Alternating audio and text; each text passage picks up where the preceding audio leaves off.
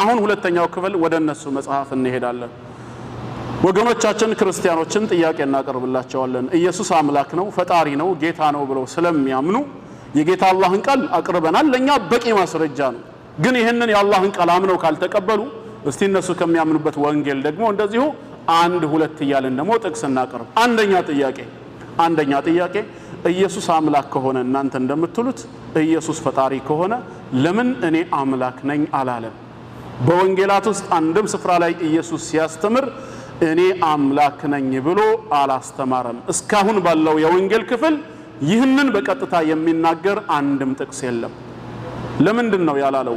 እግዚአብሔር ከእኔ ሌላ አምላክ የለም እያለ በብሉይ ኪዳን በብዙ ጥቅሶች ሲናገር እናያለን። ለምሳሌ በነብዩ ኢሳይያስ መጽሐፍ ምዕራፍ 44 ቁጥር 6 ላይ ትንቢተ ኢሳይያስ ምዕራፍ 44 ቁጥር 6 ምዕራፍ 44 ቁጥር 24 እዚህ ቦታ ላይ እኔ ብቻ አምላክ ነኝ ከሌላ የለም ማን ነው እስቲ ካለ ይምጣ ይናገር እያለ በግልጽ ይናገራል። ታዲያ ልክ እግዚአብሔር ከኔ ሌላ አምላክ የለም እንዳለው ኢየሱስ ማለት ራሱ ያ እግዚአብሔር ከሆነ በወንጌላት ውስጥ ሲያስተምር ለምን እኔ አምላክ ነኝ አላለም ብሏል ካሉ ማስረጃ እንፈልጋለን። የቱጋ ካላለ ደግሞ ለምንድን ነው ያላለው? ይሄ አንደኛው ነው በራሱ አምላክ ላለመሆኑ። አምላክ ከሆነ ማንነቱን መግለጽ አለበት። አላህ አምላክ ስለሆነ ነው የምናመልከው። አምላክም ነኝ ይላል፣ ከኔ ሌላም የለም ብሎ በግልጽ ይናገራል። ታዲያ ኢየሱስ ለምን ይሄን አይናገርም? አንድ ይሄ ነው በራሱ ማስረጃ። ግልጽ ነው።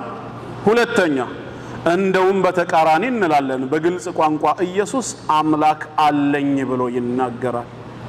አምላክ ካለው እሱ እንዴት አምላክ ይሆናል?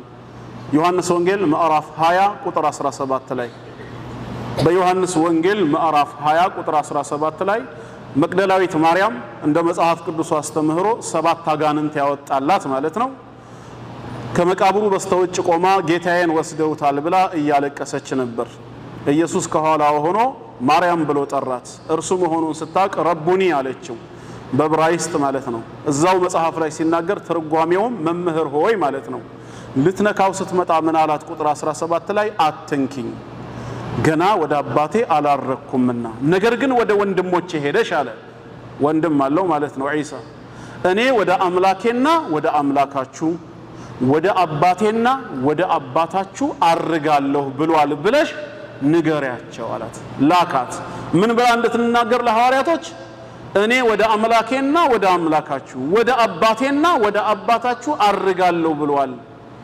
ዒሳ አለይሂ ሰላም አምላኬ አባቴ ብሎ የሚጠራው ማን ነው? አሁን ጥያቄው እዚህ ጋር እኛን ስትሰብኩን አምላክ ነው ብላችሁናል። አምላክ አድርገን እንድንቀበለው ፈልጋችኋል። እሱ ደግሞ እኔ ወደ አምላኬ እሄዳለሁ ይላል። ማን ነው አምላኬ የሚለው? ራሱን ነው? አይ ራሱን አይደለም ከተባለ ማንን ነው? አብን ነው ይላሉ። አብ የኢየሱስ አምላኩ ነው ማለት ነው? አዎ ካላችሁ ኢየሱስስ የማን አምላክ ነው? ለኛ ደግሞ ስንት አምላክ አለን? ምክንያቱም አብ ለኢየሱስ አምላኩ ከሆነ አባት ብለው የሚጠሩት ለኛም አምላካችን መሆን አለበት። አዎ ነው ሊሉን ይችላሉ። እሺ ኢየሱስን ደግሞ እንደገና ወልድ ልጅ የሚሉት እሱም ለናንተ አምላካችሁ ነው ካሉን ስንት አምላክ አለብን? ሁለት። አንድ አብ እግዚአብሔር የሚሉት ሁለት የአብ ልጅ የተባለው ኢየሱስ ለኛ ሁለት አምላክ። አይ አምላካችንማ አንድ ነው ይላሉ። ማን ነው ስንላቸው እግዚአብሔር ነው። እግዚአብሔር የኛ አምላክ ከሆነ ኢየሱስ የማን አምላክ ነው? አይ ኢየሱስ እኮ ማለት ራሱ እግዚአብሔር ነው ይሏቸዋል። ራሱ እግዚአብሔር ከሆነ ኢየሱስ ወደ አምላክ የሚለው ታዲያ ማንን ነው? ራሱን ነው አምላክ የሚለው? ኖ አብና ወልድ አንድ ናቸው ይሉሃል። ናቸው እነማን ናቸው?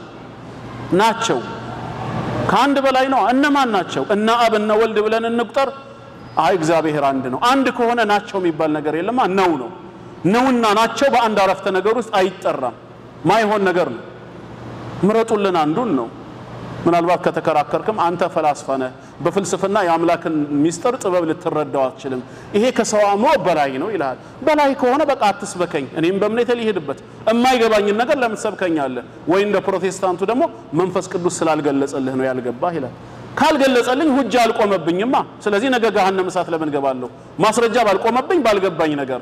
አላህ አንድ ነው የሚለው ግን ቁርአንንም ሳልማር እንዲሁ በህሊና ብቻ የሚገባ እውነት ነው። አንድ የምትለዋ ቤቴ ውስጥ አለች።